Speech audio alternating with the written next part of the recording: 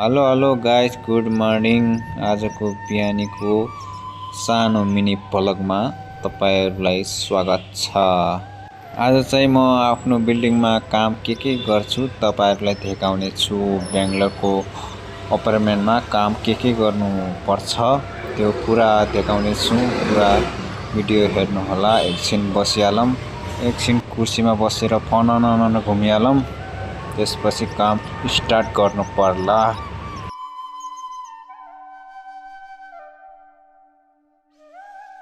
कुर्सीमा बसेर जस्तो सान गरे पनि तर चाहिँ काम चाहिँ झाडु पोछा गरिन्छ है।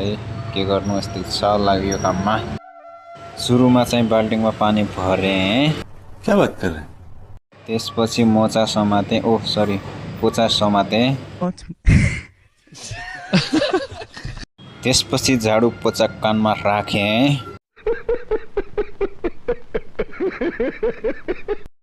त्यसपछि लिफ्टमा गए, आफूलाई हेरिए। अलिअलि निन्दा पनि लागिरहेको थियो। त्यसपछि 5 दबाए। मलाई माथि गएर झाडु पोछा गर्नुपर्छ के।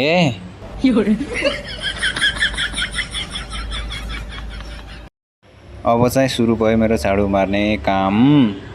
अलिअलि थाक पनि लागिरहेको थियो। अब एकछिन बसिहालौं त भनेर बसिहाले।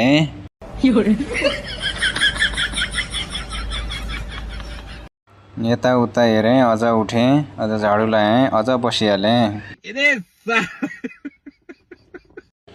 फेरि झाडु मारे उठेर। मारे एकछिन अल्छी लागेको थियो। घुमे अझ फेरि मारे। मेरो झाडु मार्ने स्टाइल चाहिँ खतरा हो के। फेरि फाइनल पोछा पनि मार अलिअलि सकियो। थाक पनि लागेको थियो। यताउता हेरेँ, अझ गइहाले। पोछा चाहिँ यस्तै मारिदिन्छु नि, फेरि 2 मिनेटमा सकिदिन्छु म काट्न। फाइनली सिडीमा पुगिसकेँ जमार्नको लागि। सललललल स्वाइट। यताउता हेरेँ, अझ उठेँ, अझ बसिहालेँ। अझ उठेँ, अझ मारेँ पोछा, अझ बसिहालेँ। यही अल्छीमा एउटा गीत गाइहाल्नु पर्छ सोचेँ।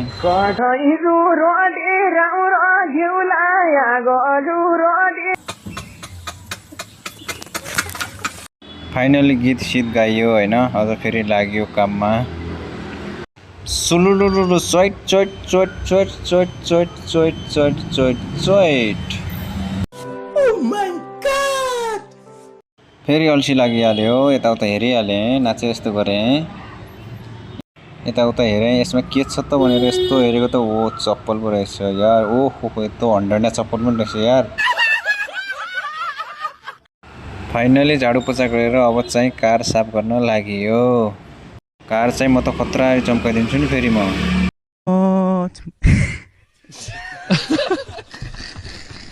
फाइनली स्कुटी पनि साफ गर्दै हामी हैन। साफ गर्ने तरिका चाहिँ मेरो खतरा हो है। तपाईहरुलाई कस्तो लाग्यो कमेन्ट गर्नु होला है गाइज। फाइनली पार्किङमा पनि झाडु मार्नु पर्यो भनेर फननन मार्दिए नि फेरि मैले।